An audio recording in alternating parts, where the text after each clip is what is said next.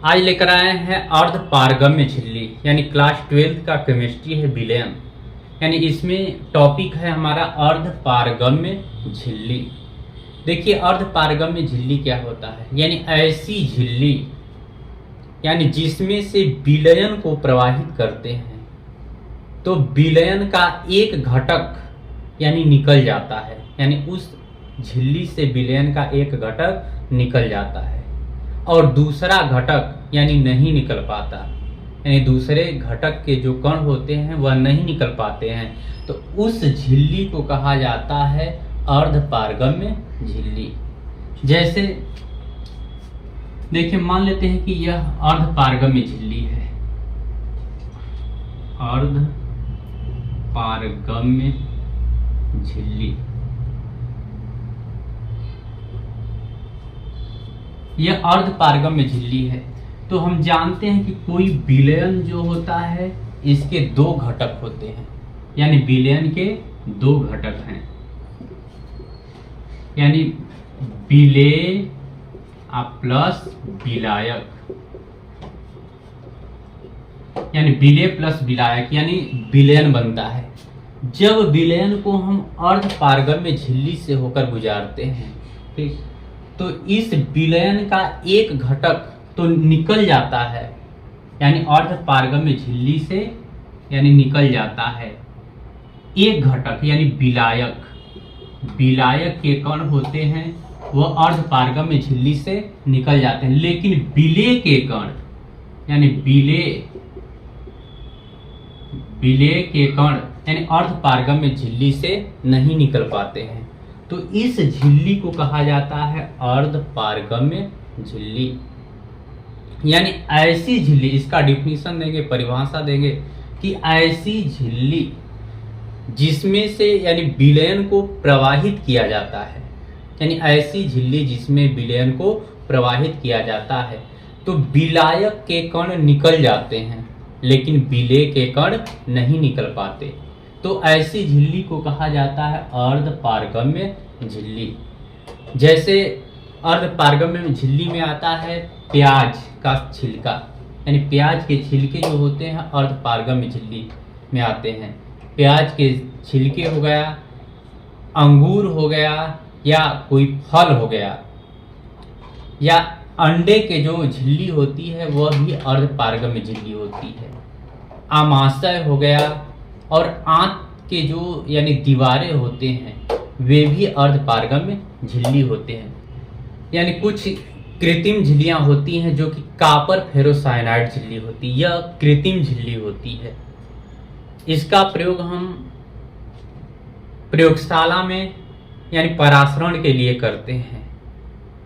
अधिकांश कृत्रिम झिल्लियों का ही उपयोग किया जाता है क्योंकि जो प्राकृतिक झिल्लियां होती हैं वह कमजोर झिल्लियां होती हैं, इसलिए उनके स्थान पर कृत्रिम झिल्ली यानी कॉपर फेरोसाइनाइड का झिल्ली बनाया गया है, यानी कॉपर फेरोसाइनाइड होती है। ये कृत्रिम झिल्लियां होती हैं, अधिकांश कृत्रिम झिल्लियों का ही प्रयोग किया जाता है। देखिए परासरण दाब, यानी परासरण दाब क्या होता है। देखिए इसका डिफिनीशन है कि अर्ध पारगम्य झिल्ली द्वारा विलायक से पृथक किए गए विलयन में, यानी विलायक के प्रवेश को रोकने के लिए विलयन पर लगाए गए बाह्य दाब को परासरण दाब कहते हैं। जैसे इसमें समझिए यानी परासरण जो होता है यह विलयन है और इससे पृथक किया गया यहाँ पर विलायक है यानी जल। यह विलयन है और यह विलायक है यानी जल। तो परासरण के कारण, ठीक, यह हमारा अर्ध पारगम्य झिल्ली है, अर्ध पारगम्य झिल्ली। जब परासरण के कारण यानी विलायक के कण यानी विलयन में प्रवेश करते हैं, यानी जल के कण विलयन में प्रवेश करते हैं तो विलयन का दाब बढ़ जाता है, जिससे पिस्टन जो होता है P2 ऊपर की ओर जाता है, यानी ऊपर उठने लगता है।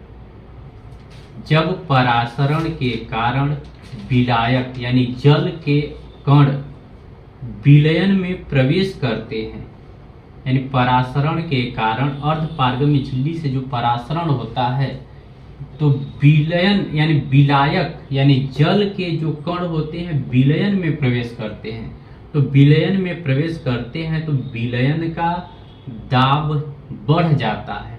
जब विलयन का दाब बढ़ जाता है तो यह पिस्टन P2 ऊपर की ओर उठने लगता है। तो P2 ऊपर की ओर उठने लगता है तो इस परासरण क्रिया को कम करने के लिए जब परासरण क्रिया को कम करने के लिए जब P2 पर बाहर से दाब लगाते हैं, P2 पर ऊपर से हम बाह्य दाब लगाते हैं तो यह जल का जो परासरण होता है यह परासरण झिल्ली द्वारा रुक जाता है। यानी जल के कण जो परासरण द्वारा विलयन में प्रवेश कर रहे थे तो ऊपर से हम बाह्य बल लगाते हैं पिस्टन P2 पर तो यह परासरण हमारा रुक जाता है। जब परासरण बंद हो जाता है तो इस यानी P2 जो ऊपर उठ रहा था इस पर बाह्य बल लगाए थे यानी नीचे लाने के लिए, तो इस पिस्टन P2 पर लगाया गया बाह्य बल ही परासरण दाब कहलाता है। देखिए एक बार और, यानी यह विलयन है और यह विलायक यानी जल है, अलग किया गया है विलयन से। यह अर्धपारगम्य झिल्ली है। अर्धपारगम्य झिल्ली से यानी जब परासरण होता है तो विलायक के कण यानी जल के कण विलयन में प्रवेश करते हैं। तो विलयन में प्रवेश करते हैं तो विलयन का दाब बढ़ जाता है तो यह पिस्टन P2 होता है ऊपर की ओर उठने लगता है। पिस्टन P2 को यानी नीचे की ओर दबाने के लिए P2 पर बाह्य बल लगाया जाता है। जब P2 पर बाह्य बल लगाते हैं तो यहाँ पर परासरण रुक जाता है। जब परासरण क्रिया रुक जाती है तो इस बाह्य यानी बल को यानी P2 पर लगाया गया बाह्य बल ही परासरण दाब कहलाता है। यह बाह्य बल ही विलयन का परासरण दाब कहलाता है। तो इसका डिफिनीशन है कि अर्धपारगम्य झिल्ली द्वारा विलायक से पृथक किए गए विलयन में विलायक के प्रवेश को रोकने के लिए विलयन पर लगाया गया यानी बाह्य बल को परासरण दाब कहते हैं। देखिए परासरण दाब का जैविक महत्व क्या होता है, यानी सभी जीव जंतुओं की जो शरीर होती है वह कोशिकाओं से मिलकर ही बनी होती है। यह संख्यक कोशिकाओं से मिलकर बनी होती है। यानी कोशिकाओं में जल भरा होता है। यानी सभी जीव जंतुओं की जो यानी शरीर होती है वह संख्यक कोशिकाओं से मिलकर बनी होती है। यानी संख्यक कोशिकाएं यानी कोशिकाओं यानी जीव जंतुओं की जो शरीर होती है वह कोशिकाओं से मिलकर बनी होती है। तो इन संख्यक कोशिकाओं में जल भरा होता है। यानी इन कोशिकाओं में हमारा क्या भरा होता है, जल। यानी इन कोशिकाओं की जो दीवारें होती हैं एक अर्धपारगम्य झिल्ली का कार्य करती है। यानी इन कोशिकाओं की जो दीवारें होती हैं वह अर्धपारगम्य झिल्ली का काम करती हैं। तो इन कोशिकाओं से यानी इन झिल्लियों से सिर्फ जल ही बाहर निकलता है। जल जो है इन कोशिकाओं से यानी अर्धपारगम्य झिल्ली से बाहर निकलता है। जो प्रोटीन होते हैं, प्रोटीन और एंजाइम, यह बाहर नहीं निकलते। यानी प्रोटीन और एंजाइम जो होते हैं यह छनते नहीं है झिल्ली से, सिर्फ जल ही बाहर निकलता है।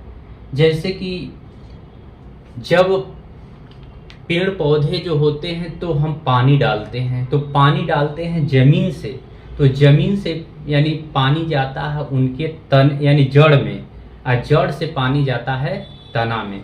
तो ये परासरण के कारण ही ऐसा संभव है।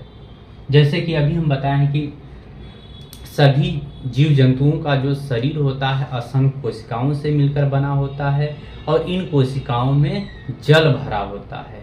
और कोशिका की जो दीवारें होती हैं यह अर्धपारगम्य झिल्ली होती हैं।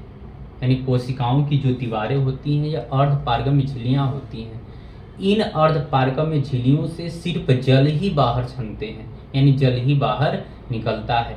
जो प्रोटीन होते हैं, एंजाइम होते हैं, ये छनते नहीं हैं।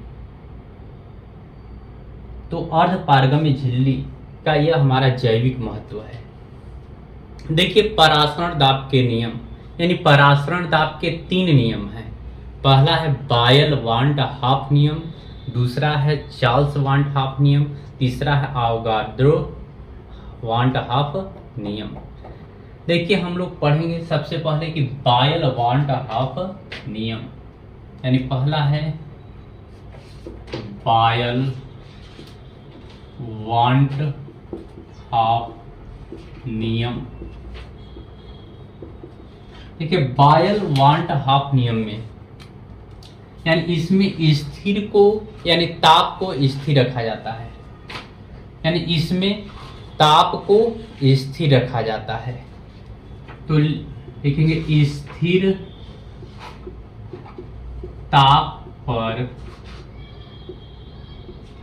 किसी विलयन का परासरण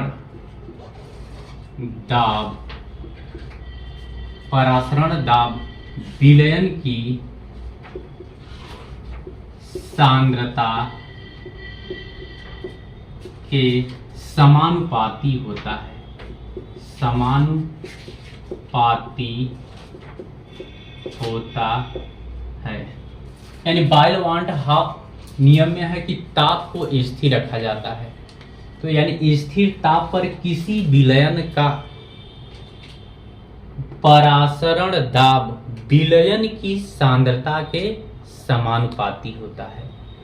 तो जैसे यानी नियमानुसार है कि स्थिर ताप यानी ताप को स्थिर रखा है, विलयन का परासरण दाब यानी P, इसकी विलयन की सांद्रता C के समानुपाती होता है।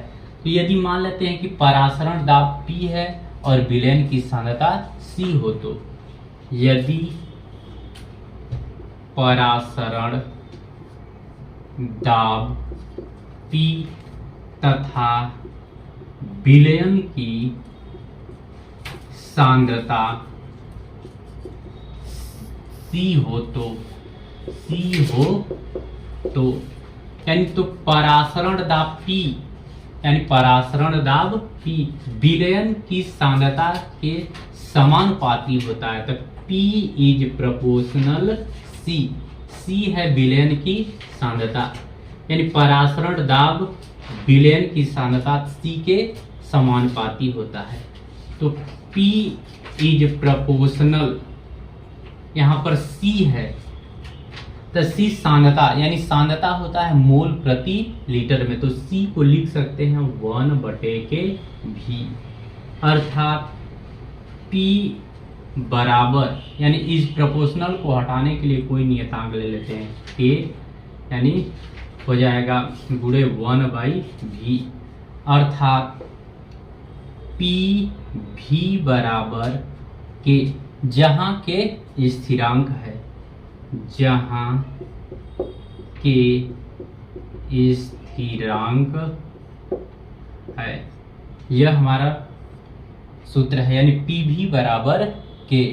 यह है रूल यानी बायल वांट हाफ नियम का। इसमें ताप को क्या रखा जाता है, यानी स्थिर रखा जाता है, और विलयन का जो परासरण दाब होता है विलयन की सांद्रता C के समानुपाती होता है। और देखिए दूसरा है चार्ल्स वांट हाफ नियम। देखिए दूसरा है चार्ल्स वांट हाफ नियम, दूसरा है चार्ल्स वांट हाफ नियम, यानी चार्ल्स वांट हाफ नियम में सांद्रता या आयतन को स्थिर रखा जाता है। तो इसका डिफिनीशन होगा स्थिर यानी सांद्रता या आयतन, स्थिर सांद्रता या आयतन पर विलयन का परासरण दाब, विलयन का परासरण दाब उसके परम ताप के समानुपाती होता है, समानुपाती होता है। यानी स्थिर सांद्रता या आयतन पर, यानी विलयन का परासरण दाब यानी P उसके परम ताप यानी T के समानुपाती होता है। P इज प्रोपोर्शनल को हटाने के लिए कोई नियतांक यानी K यानी हो जाएगा T, जहाँ K क्या है, स्थिरांक है, जहाँ K स्थिरांक है। तो यह चार्ल्स वांट हाफ का नियम है। देखिए तीसरा है अवोगाड्रो वांट हाफ नियम। तीसरा है अवोगाड्रो वांट हाफ नियम। देखो अवोगाड्रो वांट हाफ नियम क्या होता है। देखिए इसमें समान ताप और समान दाब यानी परासरण दाब को भी समान रखा गया है। यानी अवोगाड्रो वांट हाफ नियम में समान ताप तथा समान परासरण दाब पर विलयन के यानी आयतन यानी विलयन के समान आयतन में, विलयन के समान आयतन में विलेय के अणुओं की संख्या समान होती है, उसे हम यानी उस रूल को अवोगाड्रो वांट हाफ नियम कहते हैं। यानी समान ताप तथा समान परासरण दाब पर समान विलयन में विलेय के अणुओं की संख्या समान होती है, समान होती है। इसे हम अवोगाड्रो वांट हाफ नियम कहते हैं।